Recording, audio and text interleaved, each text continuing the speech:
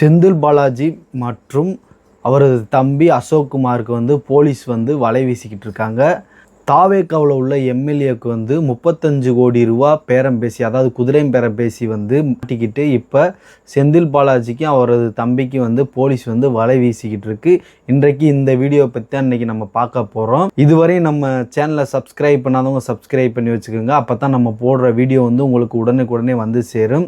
நான் உங்கள் தேர்தல் முடிஞ்சதுலேருந்து, அதாவது தாவேக்கா ஆட்சி அமைச்சதுலேருந்து அதிமுகவிலிருந்து கிட்டத்தட்ட ஒரு 7 எம்எல்ஏக்கள் மேலே வந்து அவங்களுடைய பதவியை வந்து ராஜினாமா செஞ்சு இன்றைக்கி தாவேக்காவில் வந்து இணைஞ்சிருக்காங்க. இதை பார்த்த திமுக வந்து என்ன நினச்சாங்க என்னான்னு தெரியலை.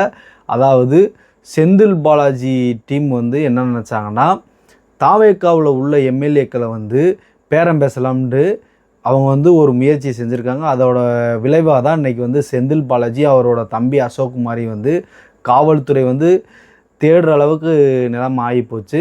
எப்படி வந்து இந்த செந்தில் பாலாஜி வந்து இதில் மாட்டிக்கிட்டார்ன்றதை இப்போ நம்ம பார்க்க போகிறோம். அதாவது தாவேக்கா எம்எல்ஏ, அதாவது கிருஷ்ணகிரி மாவட்டத்தில் உள்ள ஒரு தாவேக்கா எம்எல்ஏ கிட்ட வந்து திருநாவுக்கரசு என்பவர் வந்து செல்போன் மூலம் வந்து அவர்கிட்ட வந்து தொடர்பு கொண்டு பேசியிருக்காரு. தாவேக்கா வந்து ஆதரித்து நீங்கள் இருக்கக்கூடாது, நீங்கள் வந்து தாவேக்கா வந்து ஆதரித்து பேசக்கூடாது, ஆதரவாக வந்து இருக்கக்கூடாதுன்னு வந்து திமுகவிலேருந்து சொல்லியிருக்காங்கன்னு திருநாவுக்கரசு வந்து, அதாவது கிருஷ்ணகிரி மாவட்டத்தில் உள்ள இளையராஜா எம்எல்ஏவிட்ட வந்து பேரம் பேசியிருக்காரு. நான் விஜய் அவர்களின் உண்மையான தொண்டன், என்றைக்குமே நான் விஜயை விட்டு வரமாட்டேன் என்று சொல்லியிருக்கிறார்.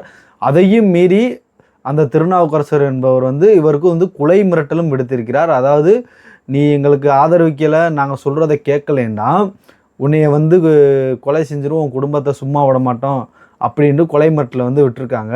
இதை அறிஞ்ச தாவேக்கா எம்எல்ஏ வந்து என்ன செஞ்சுருக்காருன்னா, சென்னையில் கமிஷனர் ஆஃபீஸில் வந்து ஒரு கம்ப்ளைண்ட்டை கொடுக்குறாரு. அந்த கம்ப்ளைண்ட் அடிப்படையில் வந்து கமிஷனர் வந்து ஒரு தனிப்படை அமைச்சு இந்த திருநாவுக்கரசை வந்து பிடிக்கிறதுக்கான வேலையில் இருந்திருக்காங்க. திருநாவுக்கரசை வந்து சென்னையில் வந்து கைது பண்ணியிருக்காங்க. அவரை கைது பண்ணியதுக்கு தொடர்ச்சியாக அவருடைய கூட்டாளிகள் 2 பேரை வந்து சென்னையிலே வச்சு கைது பண்ணியிருக்காங்க.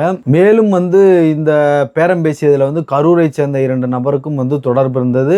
அந்த தொடர்பில் உள்ள 2 நபரையும் வந்து மேலும் தொடர்ச்சியாக கைது செய்திருக்காரு. கிட்டத்தட்ட 9 நபர்களுக்கு மேலே வந்து இந்த குதிரை பேரம் பேசிய திமுக ஆதரவாளர்களை வந்து கைது செஞ்சுருக்காங்க. இப்படி இந்த 9 பேரையும் கைது செஞ்சு தீவிர விசாரணை பண்ணியதில் முழுக்க செந்தில் பாலாஜியும் அவருடைய தம்பியும் தூண்டுதலின் பேரில் தான் இந்த பேரமே பேசப்பட்டிருக்குன்னு வந்து அந்த 9 நபரும் வந்து வாக்குமூலம் கொடுத்துருக்காங்க.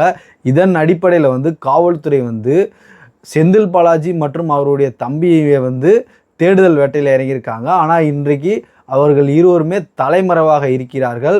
ஆனால் ஸ்டாலின் அவர்கள் என்ன சொல்கிறாருன்னா, மேடைக்கு மேடை தாவேக்கா வந்து குதிரை பேரம் பேசுதுன்னு சொல்லிக்கிட்டு இருக்காரு. ஆனால் இன்றைக்கு சூழலில் பார்த்தா குதிரை பேரம் பேசி மாட்டிக்கிட்டு செந்தில் பாலாஜி அவர் தம்பியும் வந்து தலைமறைவாக இருக்கிறாங்க.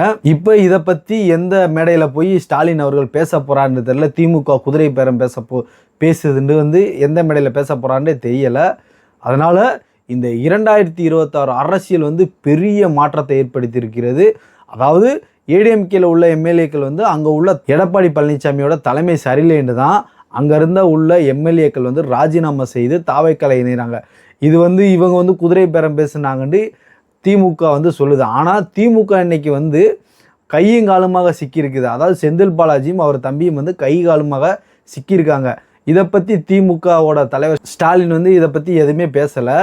ஆனால் தாவேக்கா ஆட்சி அமைச்சதுலேருந்து இந்த தமிழ்நாடு அரசியலோட மாற்றமே பெரும் வித்தியாசமான போக்கை போய்கிட்டு இருக்கு. அதாவது சமூக நீதி சமத்துவம் என்று பேசிக்கிற திமுக ஒருபோதும் யாருக்கும் வந்து தங்களுடைய அமைச்சரவையில் இடம் கொடுத்ததில்லை.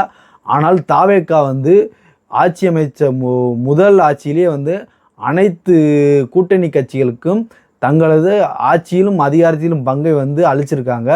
இதனால தான் இந்த கட்சியோட நன்மதிப்பு அதிகரிக்கிறதே தவிர இவர்கள் குதிரை பேரம் பேசியதுனால தான் அந்த எம்எல்ஏக்கள் பூரா போகிறாங்கன்னு சொல்கிறது வந்து அபத்தமான ஒரு விஷயம். இந்த வீடியோவில் சந்திப்போம்.